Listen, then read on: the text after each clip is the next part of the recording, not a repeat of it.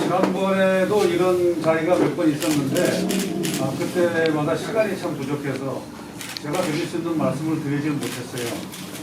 지난번 그때가 며칠입니까? 우리 이인재 전 의원께서 이제 홍준표 캠프 쪽에 계시기 때문에 상임 고문으로 우리 가평과 포천의 당직자분들한테 그 지지의 그 말씀을 좀 해주셨고, 그 다음에 한진규 전 의원이 윤석열 후보 쪽에서 보셔가지고 또 같은 말씀을 이렇게 해주셨습니다.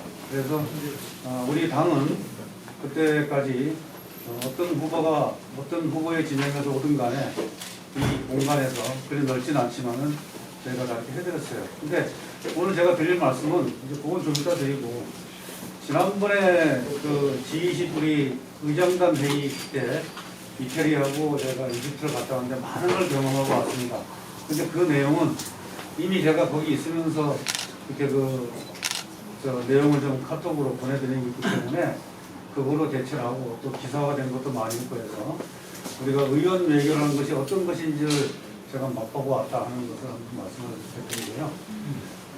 이번에 또 그거 갔다 와가지고 제가 바로 그 국정감사에 돌입하는 바람에 시차 적응도 잘 안 되고 많이 힘들었던 것 같아요. 그래서 지금도 눈이 이렇게 좀 충혈이 되어 있는데 참 굉장히 많은 시간이 필요하네요. 그래서 이번에 그 국감에서 있었던 일들을 제가 조금 소개 말씀드리고 그 다음에 제가 이제 하고 싶은 말씀을 좀 드리겠습니다. 국정감사가 우리가 제일 중요한 게 이제 경기도가 중요했었는데, 제가 15일 날 귀국해가지고 18일 날 경기도 국정감사를 했습니다. 거기에서 저도 며칠 밤을 세워가면서 같이 우리 참모진들하고 여기 경기도 전체에 관한 부분을 스크린해가지고 국정감사에 돌입을 했는데, 여러분들이 너무나 잘 아시다시피 가장 두드러지게 나타났던 부분이 바로 이제 대장동 사태입니다. 이 대장동 사태가 그냥 우리가 도시개발 사업이다 이렇게 하면 간단하게 끝날 수 있는 그런 사업들이죠. 근데 그것이 처음부터 계획돼가지고 실시단계 옮길 때까지 있었던 모든 과정을 펼쳐놓고 보면은 너무나도 이게 좀 기가 막힌 부분들이 많아요. 그래서 그때에 이재명 지금 전 지사가 당시에 성남시장이었기 때문에 거기에서 본인이 얘기했듯이 그것은 내가 설계했다라고 얘기를 했잖아요. 근데 이게 어떤 건가 하면은 우리가 이제 이런 얘기 하지 않습니까? 열심히 내가 노력해가지고 돈을 벌어서 내가 잘 살고 집안이 잘 살고 내 식구들이 그나마도 거기에서 호구지책을 유지할 수 있는 그런 정도가 돼야만 가장으로서 체면을 쓰는 겁니다. 그런데 그게 아니고 내가 가만히 있고 난 노력하지 않는데 어떤 인맥에 의해 가지고 어떤 조건에 의해 가지고 일확천금을 받는다고 한다면은 여러분들 주변에서 그거 인정하시겠습니까? 이런 것이 바로 이번 대장동 사태의 핵심입니다. 저는 몇십억 또는 몇백억 그러면은 수적인 그런 감이 오질 않아요, 사실은. 그런데 거기에서 몇천만 원을 투입하고 나가지고 몇천억을 가져간다. 이게 가능합니까, 이게? 근데 그것을 그들은 과감하게 시행을 했어요. 그래서 이와 같은 것을 대장동이라는 모델을 놓고, 그 다음에 그것을 경기도 전역에 퍼뜨리려고 했던 거. 이게 사실은 어떻게 보면 범죄예요, 범죄. 명확하게 범죄입니다. 한번 생각해 보세요. 대장동을 만들고 나가지고 바로 성남 옆에 있는 백현동 디자인 했잖아요. 그리고 평택, 안성, 심지어 우리 포천, 이게 다 거기서 나온 겁니다. 저는 지분을 50% 플러스 한 주라고 하는 거를 처음 들어봤어요. 그렇게 해가지고 토지를 강제 수용할 수 있는 조건을 만들어서 우리 선량한 지주들한테 싼 값에 땅 사가지고 개발이익 붙여가지고 팔아서 막대한 이익, 1조 원에 달하는 그런 이익을 자기들끼리 다 나눠 가지고 이게 이제 대장동 사태의 핵심입니다. 근데 우리 지역에도 그와 같은 모델이 형성되고자 하는 것을 보고 이것은 제가 처음 이것을 지적한 것이 아니라 다른 의원들이 벌써 지적이 들어왔습니다. 그래서 우리 지역에 있는 건 내가 맡아서 하나하나 다 펴놓기 시작했더니 보니까 대장동 사태나 우리나 다를 바 하나없이 가고 있는 거예요. 이것을 우리는 바로 이제 펼쳐놔야 됩니다. 그리고 이와 같은 모든 사항들을 펼쳐놓고 거기서 잘못된 것은 잘못된 대로, 잘된 건 잘된 대로 거기다 가지고 상벌이 주어져야죠. 지금 50억 이야기 나오지 않습니까? 우리 당의 의원 아들이 퇴직금을 50억 받았다. 사실 이거 우리가 상식적으로 이해될 수 있는 부분은 아니에요. 무슨 퇴직금이 50억이 됩니까? 근데 이와 같은 것을 한번 한 단계만 더 놓고 한번 생각해 보십시오. 자, 수천억, 7천억, 8천억을 거기서 가져가는데 거기서 조금 시끄러운 사람이 있다.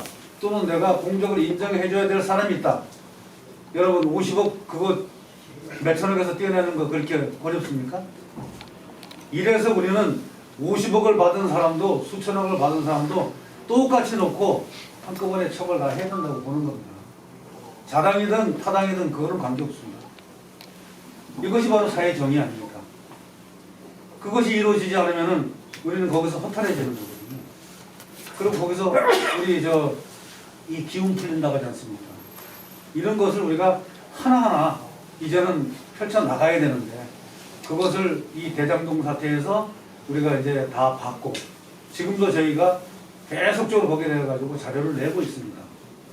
그래서 이번에 저희가 좀 자랑 같습니다만 대장동 사태에서 보도자료를 가장 많이 낸 게 저희 사무실입니다. 그래서 그 채널A라든가 TV 관련해서 저희 사무실에 전화가 와서 자료를 참 많이 가져왔어요. 그러다 보니까 본의 아니게 또 저도 자꾸 TV에 나오기 시작하더라고요. 보니까. 그러니까 저는 우리가 펼쳐놓을 건 펼쳐놓고 심판받을 건 받아야 된다는 겁니다. 그게 바로 대장동 사태의 핵심입니다. 그리고 이것은 결국은 이번 대선으로까지 연결이 됩니다. 저는 확신을 가지고 있습니다. 거기에서 자유로울 수 있으면 당선되겠죠. 그러나 자유롭지 못하면 당선 안 됩니다. 그래서 대장동 사태에서 모든 것이 저는 끝난다고 보고 있습니다. 여러분들도 이 문제에 대해 가지고 우리가 함께 할 수 있는 부분이 있다면 다 공유해 주시기를 저는 부탁의 말씀을 드립니다. 그리고 다음 최근에 좀 일을 한번 좀 말씀을 드리려고 하는데 제가 사실 오늘 여러분들 이렇게 뵙자고 한 것은 오래전부터 생각을 했던 거예요. 지난번에 우리가 모였을 때 제가 좀 전에 말씀드린 대로 어떤 특정한 이런 제 의견을 말씀드려보지 못했어요. 시간이 없어서. 그런데 오늘 휴일이고 하니까 한번 여러분들 뵙고 제 얘기를 좀 하고 싶어요. 또 최근에 제가 또 그 어느 진영에 또 선대위원장을 맡고 하다 보니까 제 얘기도 드려야 되고요. 그래서 좀 뵙자고 했던 부분이었는데 그것이 뭐 잘못 이렇게 또 와전되고 해가지고 이상한 보도 자료가 나고 하는데 이거는 안 됩니다. 이렇게 하면 안 되는 거거든요. 제가 오늘 여러분들 이렇게 뵙자고 하는 게 그거는 우리가 정치는 저는 항상 그런 말씀 드렸지 않습니까? 같은 생각을 가진 사람들끼리 모여 사는 거라고요. 그래서 옛날 우리가 조선시대 때 파당과 정파를 그렇게 나쁘다고 했지만 결국은 거기에서 나온 정책이 서로가 대립이 되면서 치열한 논쟁을 거쳐가지고 백성을 위한 그 안이 나왔던 거거든요. 이거를 나쁘다고 할 수는 없습니다. 그래서 우리 국민의힘이든 민주당이든 각각의 자기들이 정책이 있잖아요. 보수와 진보를 우리가 구분한다고 지난번에 말씀드렸지만 보수가 뭡니까? 진보가 뭡니까? 사전적 의미로 보면요. 보수는 그렇게 돼 있습니다. 좋은 정책, 좋은 전통, 좋은 간섭, 좋은 제도를 개선 발전시켜서 서서히 점진적으로 가져가는 것이 보수라고 해요. 진보는 나쁜 정책, 나쁜 전통, 나쁜 간섭, 나쁜 제도를 일시에 타파해가지고 좋은 세상을 만든다는 겁니다. 사실 결론은 똑같아요. 그러나 가는 방법의 차이가 있는 거지. 이것을 우리가 가져갈 때 우리는 보수를 지향하는 그런 정당의 그런 사람들 아닙니까? 그런 겁니다. 편해서 좋은 제도 있으면 우리가 만들어서 우리 국민들 위해서 쓰고 좋은 전통 그대로 개선 발전시키고 좋은 제도 우리가 그대로 유지하는 것. 이것이 바로 우리의 추구하는 목표이기 때문에 저희는 그렇게 가고 있습니다. 그래서 이 같은 생각을 가지고 있다는 것이 얼마나 중요한가 이 생각을 갖고 있습니다. 그래서 이번에 제가 그동안에 쭉 거의 중립을 지켜보다가 제가 윤석열 캠프에 영입 제안을 받고 또 거기에 들어가면서 몇 사람도 같이 들어갔습니다.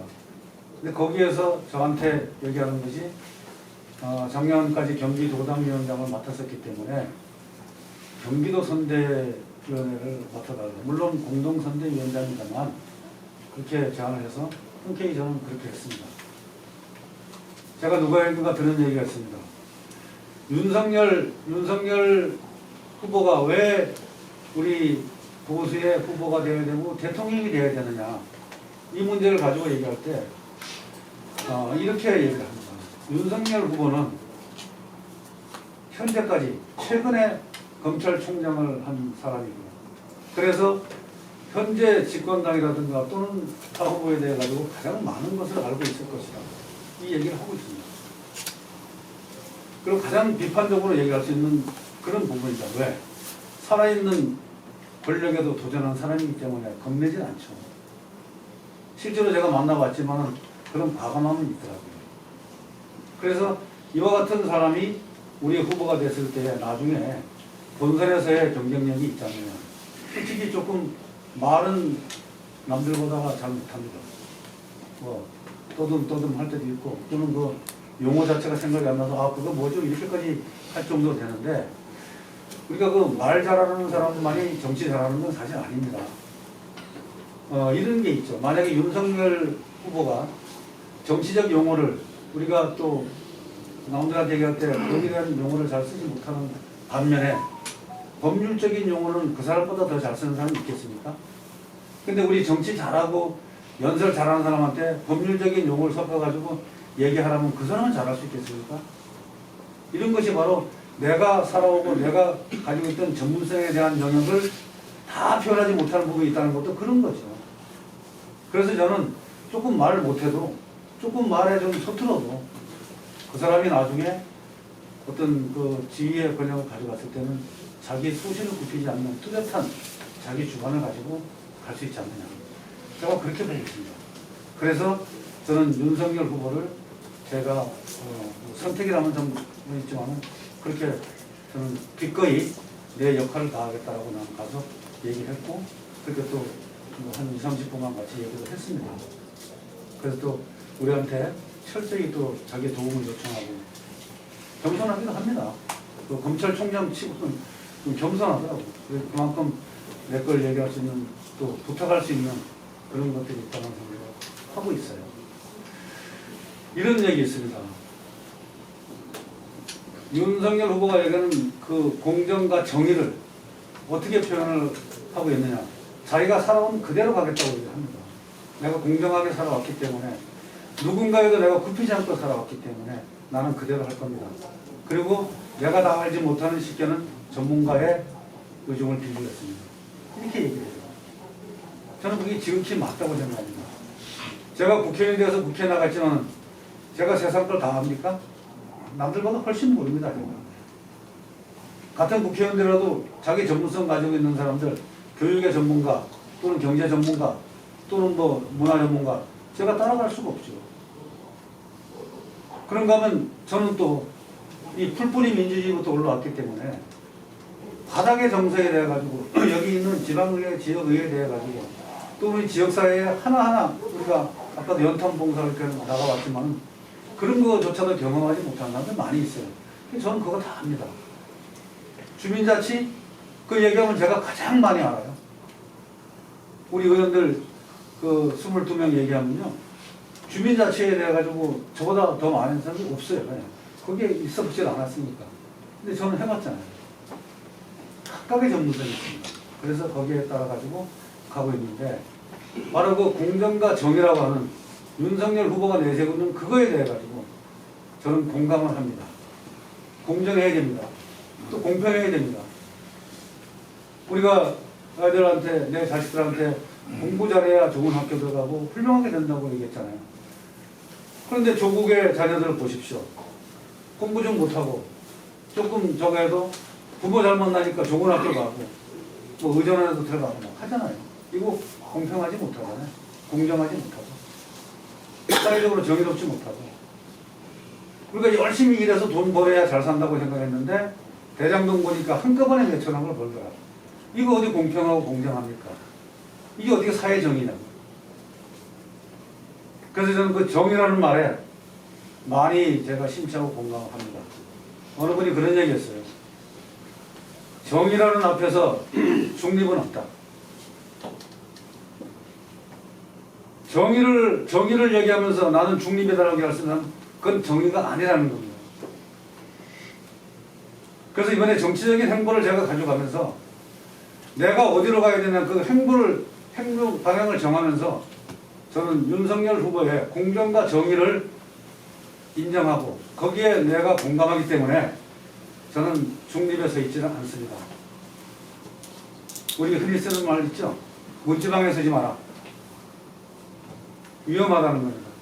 떨어져도 위험하고 밖으로 나가도 위험하고.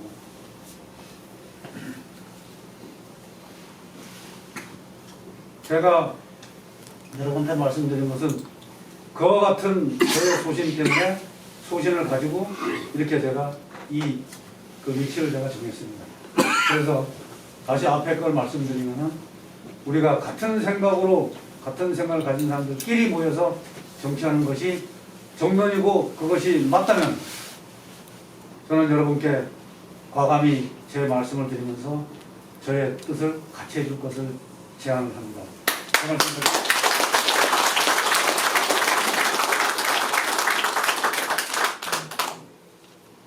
우리 때로는 선택을 함에 있어서 그 선택이 잘못될 수도 있습니다.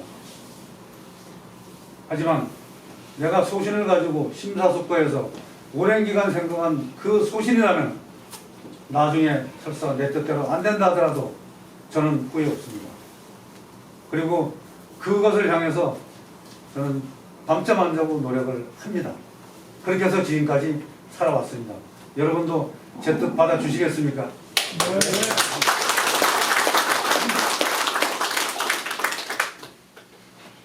그리고 어제 제가 우연히 그 핸드폰을 이렇게 보다 보니까 저에 대한 기사가 하나 났습니다. 요거는 제가 오늘 꼭 좀 짚고 넘어가야 될 것 같아요.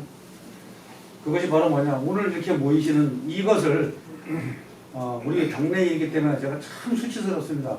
제 능력의 한계를 느낄 때도 있고 요즘에 이거 모이는 것을 상대 후보를 지지하는 쪽에서 자기들 모임을 방해했다라고 지금 얘기를 하는 거거든요. 그런데 내가 어제 그래서 우리 한국장한테 물어봤더니 시간이 다르네요 보니까.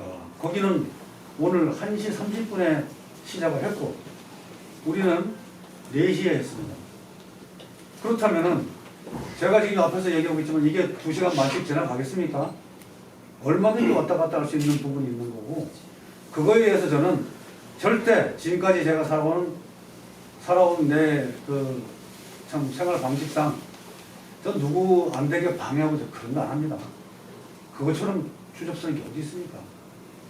지금까지 그렇게 해본 적도 없고 선거에서 맞붙는 상대 후보한테도 저는 나쁜 소리 안 해봤습니다. 지난 선거 총선 지나가면서 혹시 여기 기자님들 많이 계시지만 녹취록 가지고 계시면 제가 상대 후보 욕한 거 있으면 하나도 찾아내 보십시오. 저는 안 합니다. 나를 어필할 수 있는 부분이 그 시간도 부족한데 언제 남 욕할 시간이 있겠습니까? 저는 그건 안 해봤습니다. 더더구나 우리 당내에 경선하는 후보가 내가 지지하지 않는 후보라 하더라도 내가 왜 그걸 방해합니까? 지난번에 이인재 그 상임 고문이시죠? 여기 오셨을 때 여기 다 계시잖아요. 가평에서 오신 분들 아시죠?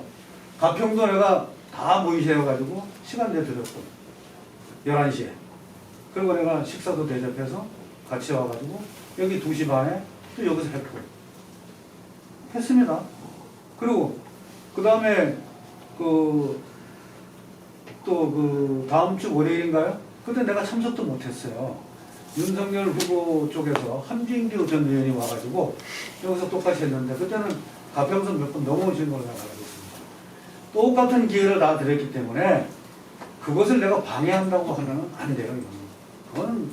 그거는 그 사람들이 참 못난 얘기를 하는 거죠. 그렇게 해서 뭐 한참 시끄러웠는데 얘기하십시오. 나한테 휴대폰에 보니까 아까 저기 제가 오늘 공항을 갔다 왔습니다. 제가 그 아랍에미레이트에서 손님이 오셨는데 오늘 출국하는 날이에요. 그래서 내가 배웅을 갔다 왔습니다. 그래서 보다가 이제 보니까 메시지가 한 몇 개 들어가 있어요. 그게 나한테 이제 그 질타하는 메시지입니다. 왜 그걸 방해했느냐 뭐 이런 얘기요. 내가 무슨 방해를 했습니까? 시간도 틀리고 또 한 가지는 그러면은 지난번에는 이인재 그 상임고객이 오셨을 때는 우리한테 저한테는 아닙니다만 여기 사무실에 협조 요청이 와서 이 공간을 쓰겠다고 했어요. 그 쓰시라고 그랬지. 근데 오늘 행사는 우리한테 협조 요청 온 게 없습니다. 사무실에 있었어? 없습니다. 없었습니다. 없었고 제3의 장소에다가 계획을 해놓고 나가지고 우리한테 그걸 방해했다는 거죠. 이게 무슨 방해야. 여기 와서 쓰겠다고 한다면 제가 윤석열 후보를 지지한다고 하더라도 저는 이 공간을 쓰게 합니다. 자당의 후보니까. 근데 그것도 아무리 협조를 청하지 않고 나가지고 나한테 그걸 방해했다면 안 되는 거고 시간대를 그 기사 내용 보시면은 시간대를 분명히 명시해 줘야 돼요. 오후 2시에 하려고 하는데 우리가 2시에 소집을 했다고 하거든요. 저 2시에 회의를 할 수가 없어요. 공항에 나가 있습니다. 그래서 4시로 하기로 했던 건데 그걸 그렇게 방해했다고 하니까 시간대를 정확히 저는 여기 기자분들 많이 계시지만 팩트리에서 이것을 보도를 해줘야지 그거를 왜 1시 반에 그쪽에서 모이는 것을 2시라고 해놓고 그 다음에 우리도 2시에 했다? 그리고 언제 2시에 했습니까? 하지도 않았잖아요. 좀 전에 그 전화 또 온 기자가 그랬습니다. 어제 한 거로 알더라고요. 근데 어제는 아무것도 안 했다네 그랬어요. 그 이와 같은 일이 당내, 자당내에서 있는 거는 저의 수치 또는 저의 충분하지 못한 제 자질 때문에 그렇다고 저는 인정을 합니다. 그러나 명백히 이것은 이런 형태로 해가지고 밖으로 자꾸 퍼뜨리는 행위는 이건 해당 행위에 속합니다. 이거에 대해 가지고 좀 한번 면밀히 좀 검토해봐야 될 필요가 있습니다. 우리 당원 단계를. 그런데 앞으로도 이와 같은 일이 계속 있어서는 안 되고 11월 5일이 지나면은 그 누구도 관계없이 우리가 함께 했던 사람들이 모여가지고 대통령을 만들어야 되는 절체절명의 우리 과제가 떨어져 있습니다. 이 부분에 대해 가지고 많이 속상하고 저가지만은 지나가겠습니다. 그러나 앞으로는 절대 이런 일이 있어서 안 된다는 것을 재산 강조를 해드리고요. 여기에 계신 분들이 조금은 화가 나실 부분도 있으시겠지만 이렇게 이해해 주시면 고맙겠습니다. 다시 한번 저는 제 입장을 말씀을 드립니다. 어떤 후보가 어떻게 와서 사용을 하더라도 우리는 해드릴 수 있는 부분이 있고 다만 앞으로는 이런 일이 있으면 저도 그대로 강력 대처할 것을 말씀을 드리고요. 이러지 않았으면 좋겠습니다. 여러분들 오늘은 제가 그동안 있었던 것을 좀 편하게 말씀을 좀 드리려고 했는데 이 정도에서 제가 마무리하고요. 여러분들 혹시 질문 있으면 제가 좀 받도록 하겠습니다.